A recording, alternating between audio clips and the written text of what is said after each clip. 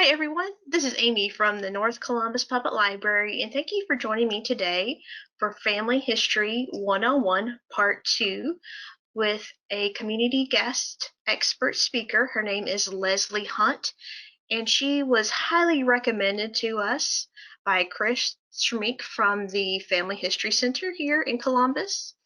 And Lesley is actually getting her degree in interdisciplinary studies with an emphasis in family history from Brigham Young University at Idaho. And Lesley has been very passionate about genealogy since the age of 14, and now she's getting a degree in it. And she's going to share her expertise and some tips today with us. And again, this is part 2. So if you haven't had a chance, make sure that you watch part 1 of the Family History 101 presentation. There are lots of good information in there. So without further ado, I'm going to go ahead and pass it off now to Lesley. Thank you, Lesley. Thanks, Amy. All right. Well, if you were with us last time, just to recap our the first part of our Family History 101, we discussed just gathering information and beginning our family tree. And we recorded everything we obviously know about ourselves, everything we know about our parents, grandparents. We discussed interviewing family members and filling the information in, seeing what we have available or our parents or cousins or aunts and uncles may have laying around in line of family Bibles or photos or certificates that could give us additional information. So now at this point, you would be ready to move on to your research. So we're going to talk about some steps that can get you started and get you headed in the right direction. Next. All right, as you begin your research, there's some points that you should focus on. First, choose a starting point to begin your research. Next, find a question that needs to be answered. Search for answers and sources online. Evaluate that information that you find, and then record your findings and sources. So we're going to go, now we're going to go in depth a little bit more about each one of these. So you don't have to rush to try to write all this down right now. We'll come back to it. Next.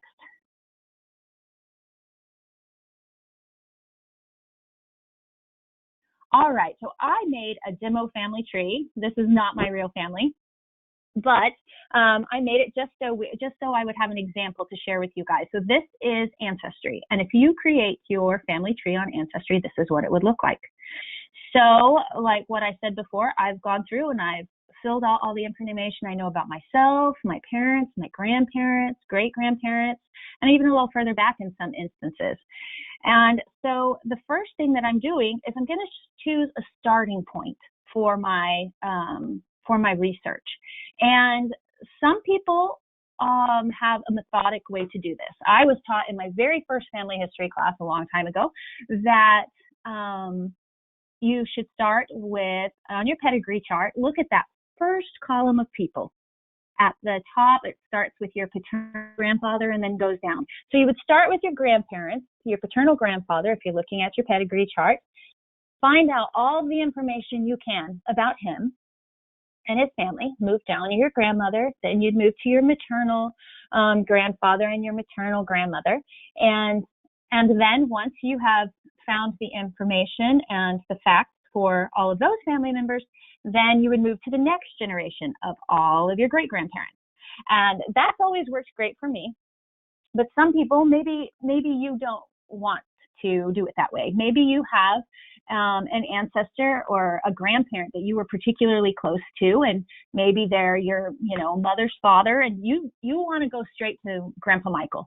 And you want to know more about Grandpa Michael because you've heard that he was in World War II and he had this amazing life, but you don't know a lot about him. So you want to go straight to him. And if that's what you want to do, that's great. Just choose that starting point. And the next thing we're going to do is choose question to answer. Next. All right, so if I've chosen to start researching with my Grandpa Fred Hunt, then I'm going to pull him up. And on Ancestry, this is what each individual's page looks like. So I've highlighted in yellow the information where there are some holes in what we know about Grandpa Hunt. So if you look at his birth, we know that he was born in 1922 in Florida, but we don't know an exact birth date, and we don't know an exact birthplace.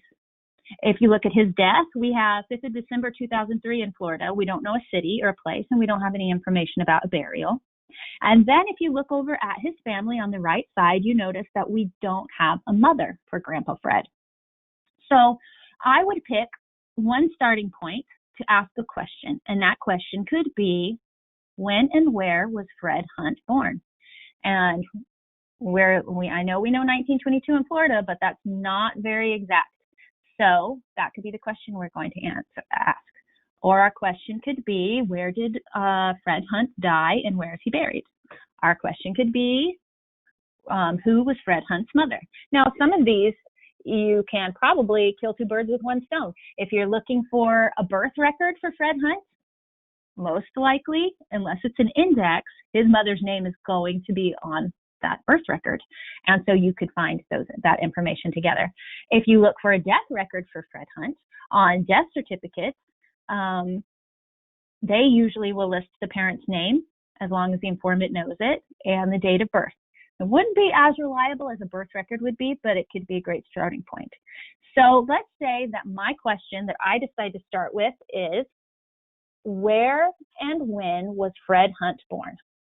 So I've narrowed it down to where I'm going to start on my tree, and now I have my question, and I'm ready to start my research and find records that can give me that information. Next.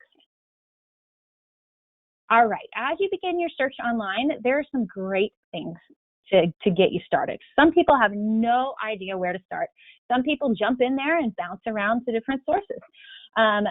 Number one, use finding aids, and I'll discuss finding aids a little bit more in a moment. I actually only learned about finding aids in the last couple of years and really how valuable they are, and it's amazing. 2, after that, you can search online record databases. And 3, consult your local library and nearby libraries, because some people think everything is online now, and that's just not the case. Hopefully one day it will be true, but not yet. Next.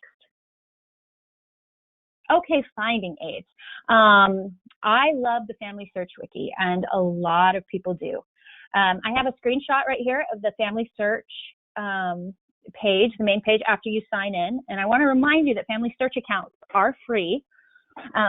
So you sign in, and you'll see across the top bar, you have family tree, search, memories, indexing, etc.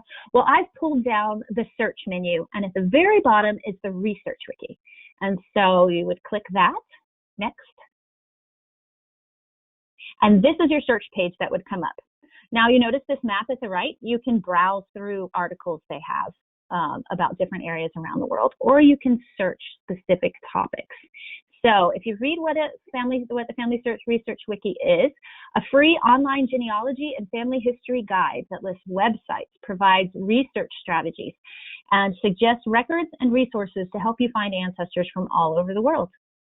All right, so I decided that I am going to search for Florida vital records, and vital records cover birth, death, and marriage records.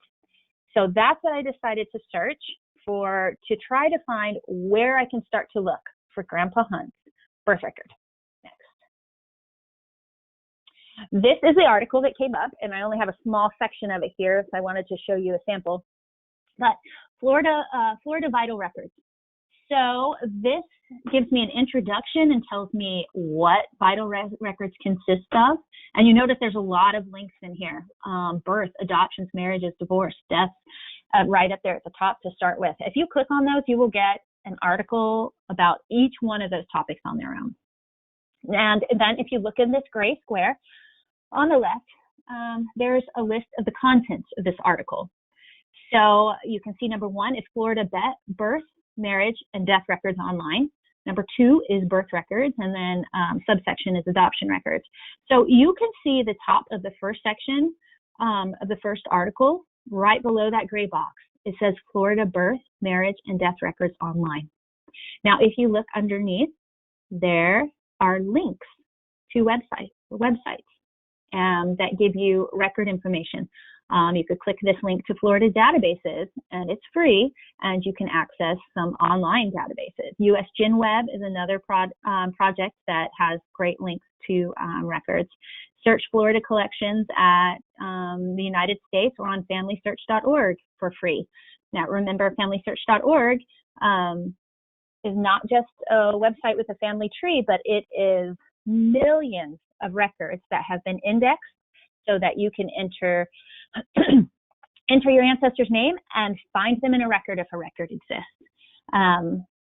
And just a reminder, too, that FamilySearch has a great partnership with the library. There are some records due to licensing issues that are not available to view online, but because of special agreements with the library and with family history centers, those records can be viewed there. So if you ever are searching and you come up with a record that says that it can only be viewed at a family history center, you can also view it at a library.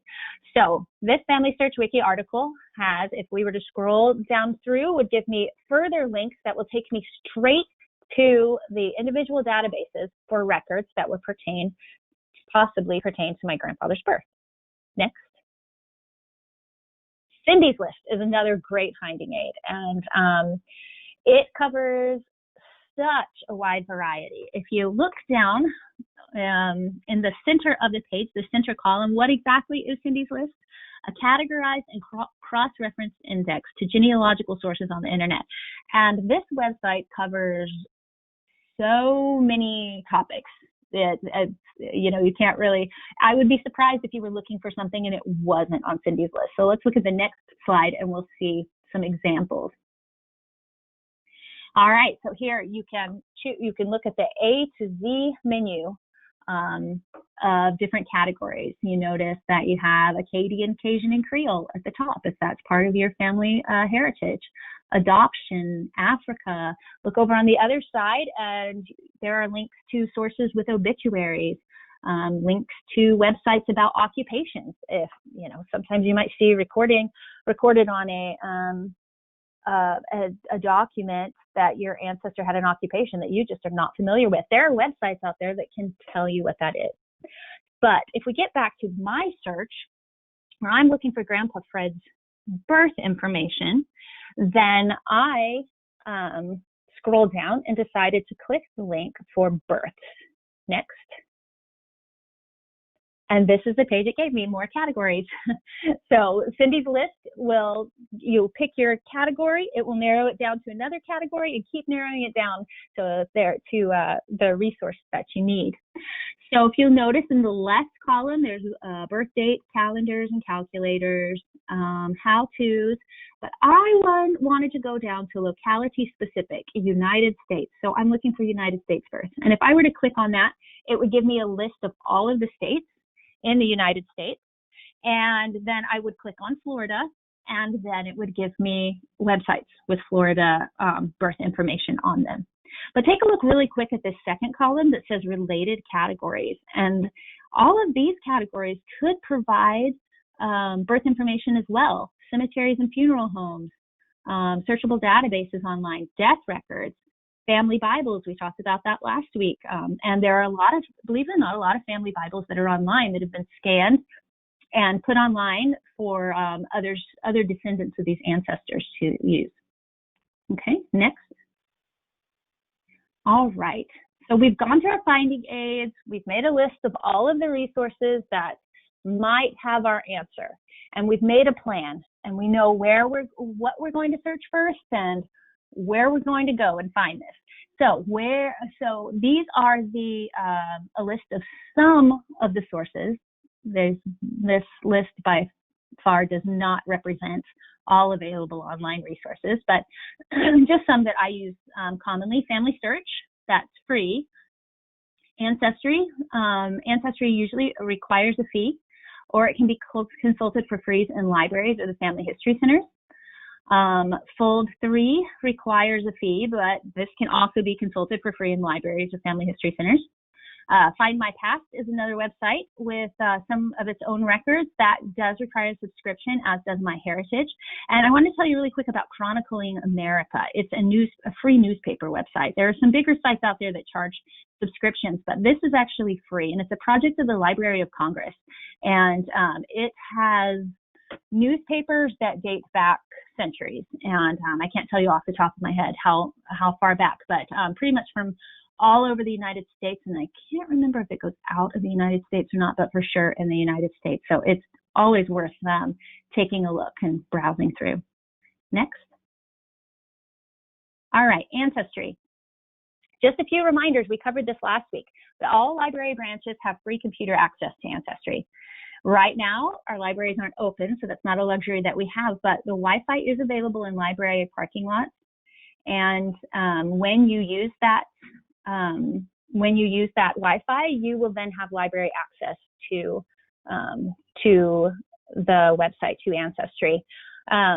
Currently, Ancestry is offering free access to the library patrons as well, and that can be accessed from the library website, and we'll show you where you can find that as well. Next. All right, here we are. This is the home page of our Chattahoochee Valley Library, and you'll see that I have hovered over the Research It section, gone down to Genealogy and Local History, and over to Genealogy Resources. And that page, that will take you to a page of Genealogy Resources offered by our library. And if you scroll down, there is a link to Ancestry information, and where you can find a link that with your library card number, you can log in and use Ancestry services, library Ancestry services at home right now. Next. All right, so getting back to our search, this is a look at the Ancestry homepage. And if you see right in the middle of the page, there is a box that says search. You could start your search right here. I could simply enter first and middle name. I know Fred, last name Hunt. And we know he was born and died in Florida. So the place my ancestor lived, I would put Florida. And then his birth year, 1922. And sometimes you can adjust that a little bit if you get into more research options. And little tip, when I search for birth years, I never use an exact year, even if I know it, because sometimes in records it was recorded wrong, or maybe the information I have isn't correct. So I usually will give at least a 5-year range on birthdays. So if Grandpa Hunt was born in 1922, then I might search birth years from 1917 to 1927, or maybe over 2 or 4 years. And it's surprising that a lot of times if you'll open up those parameters, you'll get more records. So don't feel like you have to put exact information in there. Open up your search a little bit. So if I wanted to go through and I wanted to search a specific record type, then I would hover over the search button at the very top. You'll see that I did that with my screenshot, and there's a pull down menu that says all collections, census and voter lists, birth, marriage and death, immigration and travel, etc. So if I want to try to find a birth, marriage, or death, then I can click on that birth, marriage, and death link, and it will give me a list. And it usually is divided up by locality. And I would pick the United States, and maybe it'll divide it up by time, and I would pick, whatever time frame I was looking for, or locality in a state. And sometimes that's helpful to just narrow it down to just the ones that you need. Right, next. All right, FamilySearch. After you sign into FamilySearch, and you can do just a general search, and you would click the search button that you see at the top. You see the FamilySearch logo, followed by family tree, and then search. And from search, a menu would pull down, and remember we saw that before. On that list was search Wiki, the Wiki at the bottom, but further up it says search records. So click that records, and on the left-hand side, just like with Ancestry, you have a general search box. You can enter your ancestors' information, and you notice here this gives you the opportunity to do a birth year range from one year to the other. Or you can narrow it down, and you can search the whole collection of FamilySearch, or you can go to the right. And one of my favorite things to do is to use this menu on the right, and I would click on the United States. Most of my family, I do a lot of research in Florida and Alabama. So I would click on the United States, and then I would choose the state that I'm interested in. And when I choose the state I'm interested in, then a list will be generated of every single resource that is indexed and available on FamilySearch for me to search. And I can scroll down and go straight to the 1900 census, or I can look for those birth records that would cover 1922, and I can go directly to them. It's nice to kind of browse through and see some of the other record options. Another interesting thing about FamilySearch is if you look at the top, right underneath where the family tree icon is, it starts with records and then images, family tree, genealogies, catalog. If you search the catalog, that will give you a list of books and microfilms that are cataloged with the Family History Library in Salt Lake City. Some of that microfilm is available online, and some of it's not even indexed. So if you're really brave, you can go ahead and look through some of those unindexed microfilms like we used to do in the old days, searching for your relative. So it's a great source as well to know that's there or to know what's available. Next. All right, Fold 3. Fold 3 is a great website. It specializes in military records. It's owned by Ancestry. This is another one of the websites that's available for free at the library. And you can, if you notice here on the left, if you go down a little bit, it says Browse Military Records by War. This is so valuable. I actually located my third great grandfather's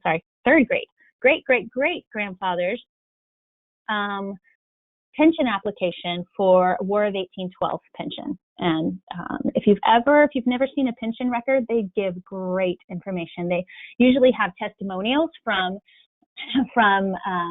the individual himself. Sometimes it's a widow's pension, and so you'll have testimonies from the wife, and they give very direct information. If there were children of a person who is deceased, then a lot of times they'll list children's names and birth dates as well. So just one example. Draft registration cards are here as well. Those are really interesting. I know that I found my grandfather's on FamilySearch, and says the date that he came in. It gives their physical description, their height, their weight, their eye color, their hair color. Some of them even talk about their complexion. Just kind of a neat thing to see. But Fold 3 is full of great pertinent information as well. Next. All right, our local libraries. Our local libraries are still relevant. Not everything is online.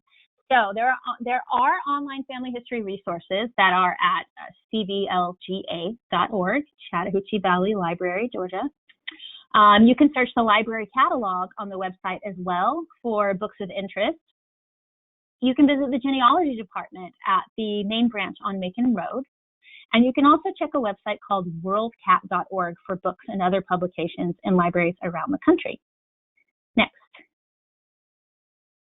All right, here is our Chattahoochee Valley Libraries. And remember earlier when I was talking about where to find Ancestry access, that you could hover over the Research It button and it would go down to genealogy. And so this is the page that you would end up on.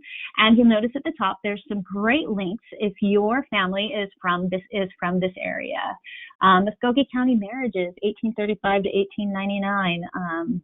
Go down, there's Harris County marriages. The Columbus Inquirer Son Death Index. So an index is usually a list that people have gone through and made from obituaries, in this case, because of deaths. Articles about the library, Columbus Public Library newspapers, available on microfilm.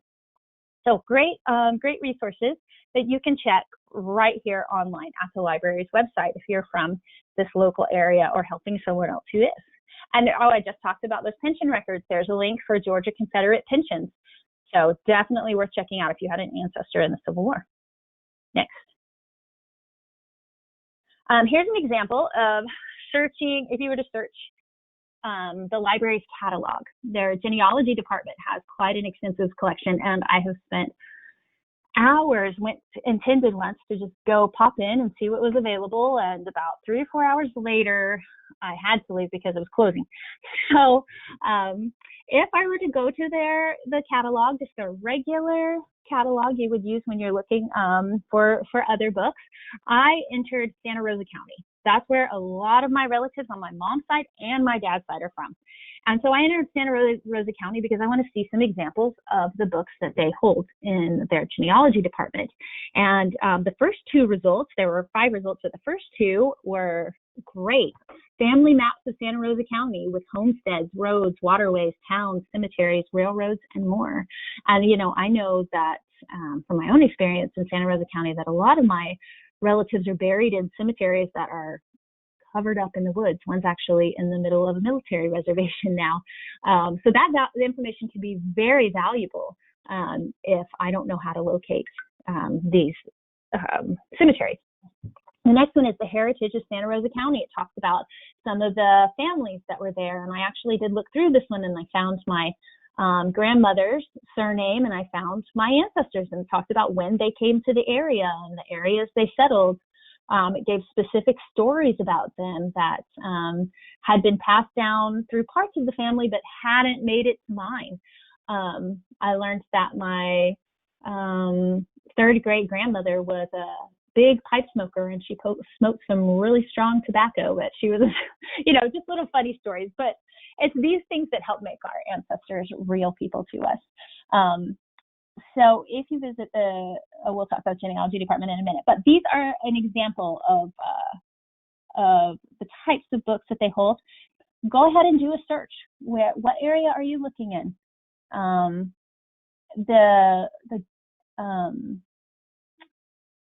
Is there a particular surname you're interested in? Crawford family genealogy. Just search and see what the library has to offer, so you have an idea of what to look for when you get there. And then you'll be surprised when you get there and you get to the right section, everything else that you haven't seen yet. Next. All right, and I want to go in more detail about visiting the Genealogy Department at the main branch on Macon Road. These are some of the things they hold: local history collections, biographical and historical resources, city directories, census data, maps, periodicals and newspapers, military records, court records, newspapers, local and subscription genealogy databases. So a big part of the library is divided into sections by state. And so when I visited last, went to Florida, and I found Santa Rosa County, and I just had a pile of books to go through, and it was a treasure trove. So it's very easy to access. And then you have all of these additional resources that you can find valuable information as well, especially if you're from the Southeast. Next.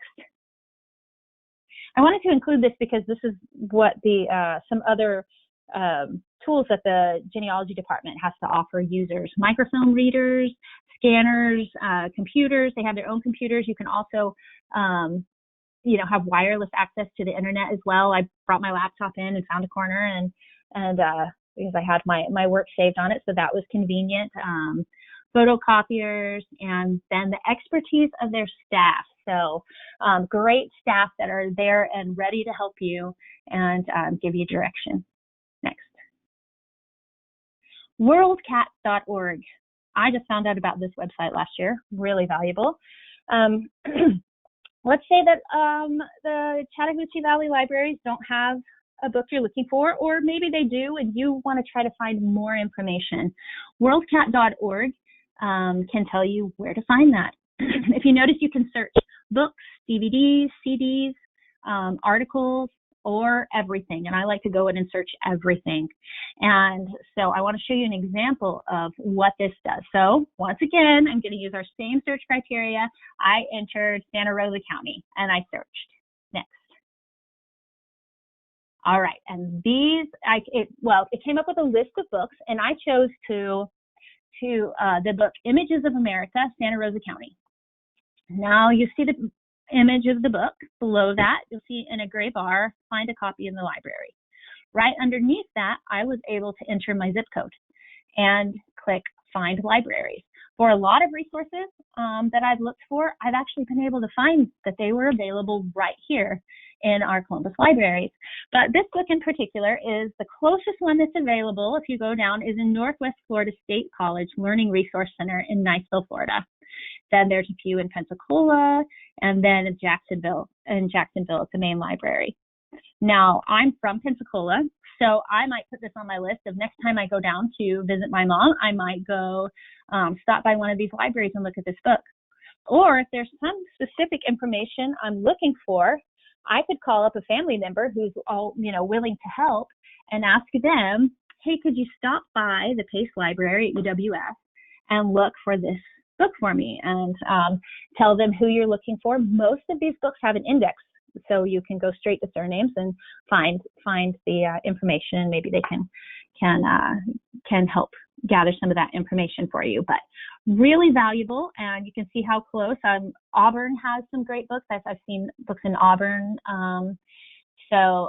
without other libraries that aren't too far of a drive away. That if you really wanted to find that information, you could easily hop in your car and drive over there once everything's open.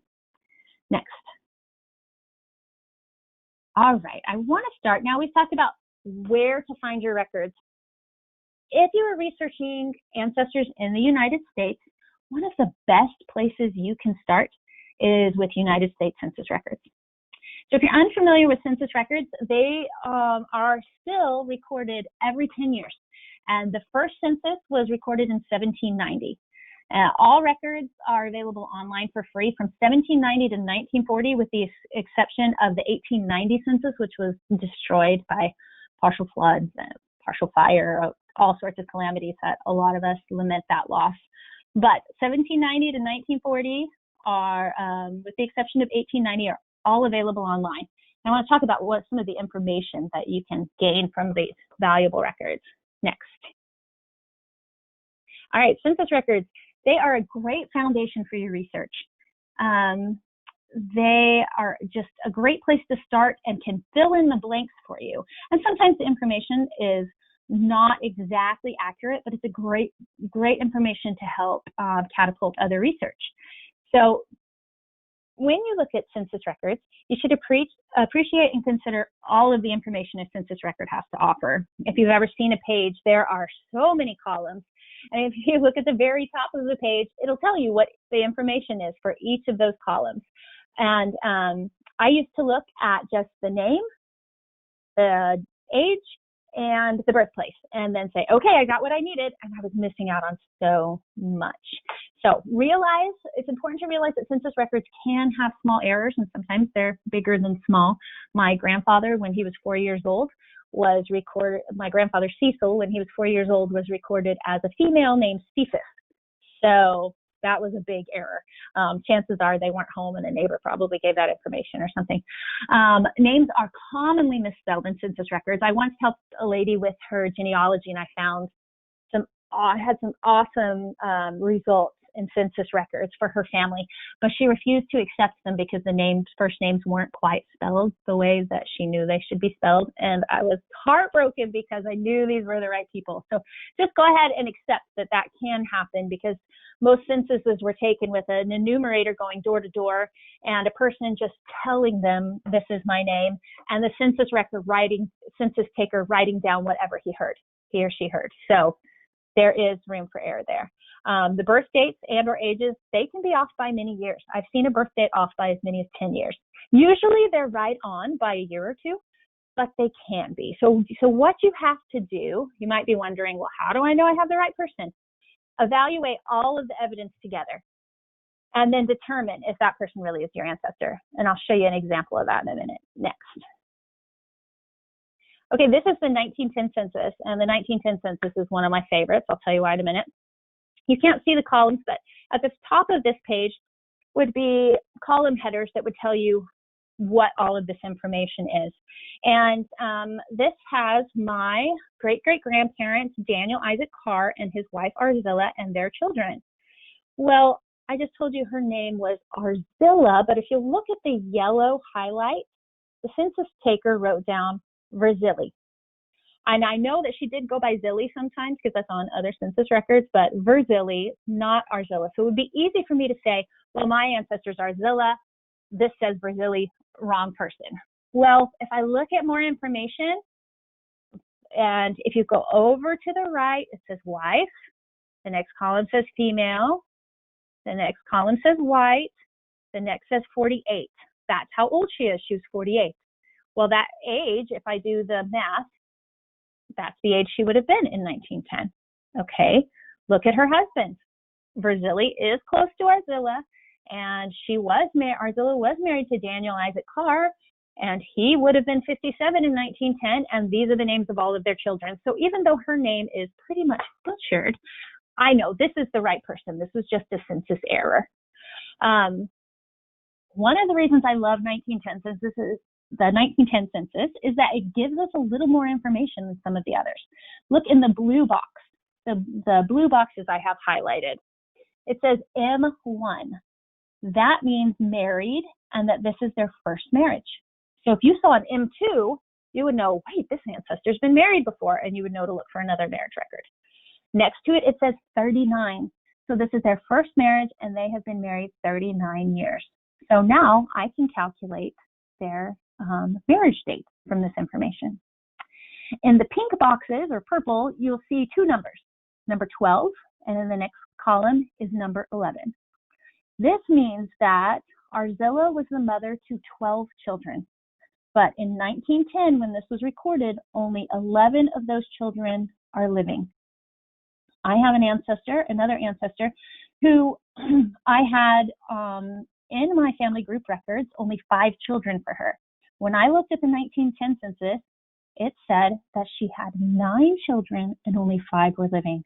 There were 4 children we never knew anything about, and the search is currently on for those guys. So the next column over next to the pink would be Florida. That's where she was born. The next one is where her father was born, and the one after that is where her mother was born. If you look further over onto the census, you would see that the census records will also provide immigration information, naturalization information, occupation. Sometimes their salary, if this is during the Depression. If we get to the 1930 census, it's going to tell you if they were, part of, government work, if they took place in those programs. So a lot of great things to kind of get a peek into the life of your ancestor, and you can actually put together a story.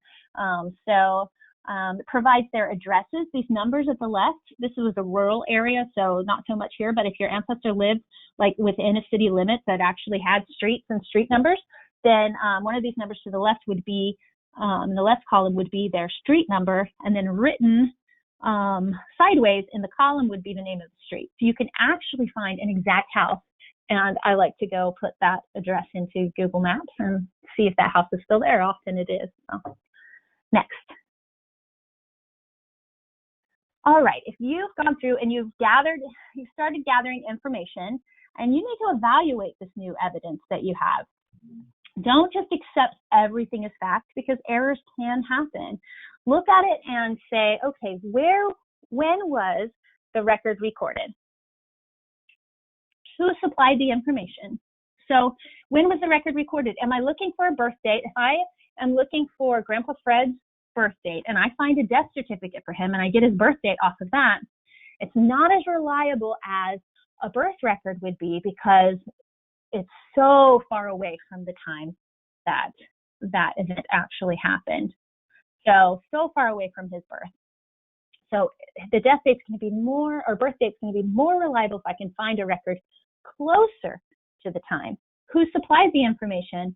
For death records, there's usually an informant, and a lot of times it'll tell you the relationship. Excuse me. But sometimes that's not always completely reliable, and I'll show you in a moment. Would the informant have had firsthand knowledge of the event? Were they there? Did they witness it? Does the information conflict with an earlier record? So maybe I have a death record that says that Grandpa was born in Florida, but I have an earlier record, maybe a military record, that Grandpa gave the information for himself on, and it says he was born in Alabama. Maybe I trust the one that he gave the information for, and that's closer to the time of his birth, more than I do the death certificate that was further away from his birth and given by someone else other than him. Is the information stated directly, or is it just inferred? Like our census record we just saw. Did it tell me exactly the year that my great-great-grandma was born? It didn't. It gave me her age. So I just infer about what year she was born. But if I come up with there's still an exact date, because maybe she hasn't had her birthday yet. So she was, if I do the math, maybe she was actually born a year sooner than that. Next. This is an example right here of evaluating your evidence. This is my great-grandfather's death certificate.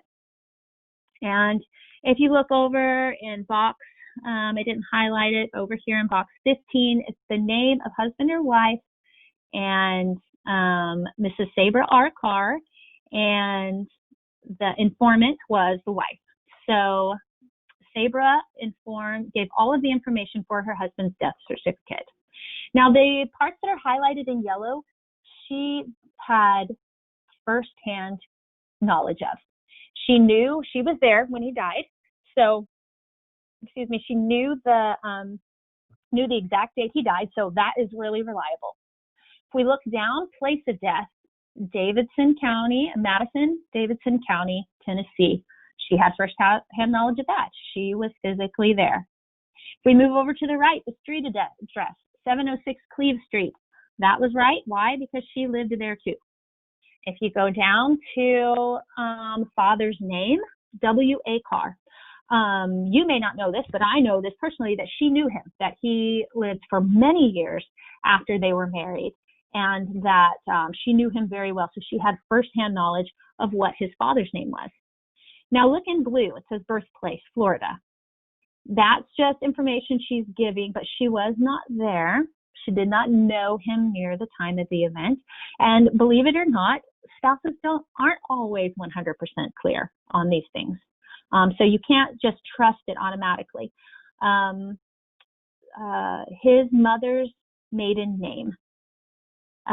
Sabra, his wife, provided that as Ida Jane Cottrell. And that is actually incorrect. So she didn't know his mother. His mother died when he was 6 years old. So either she gave this incorrectly or someone wrote it down incorrectly.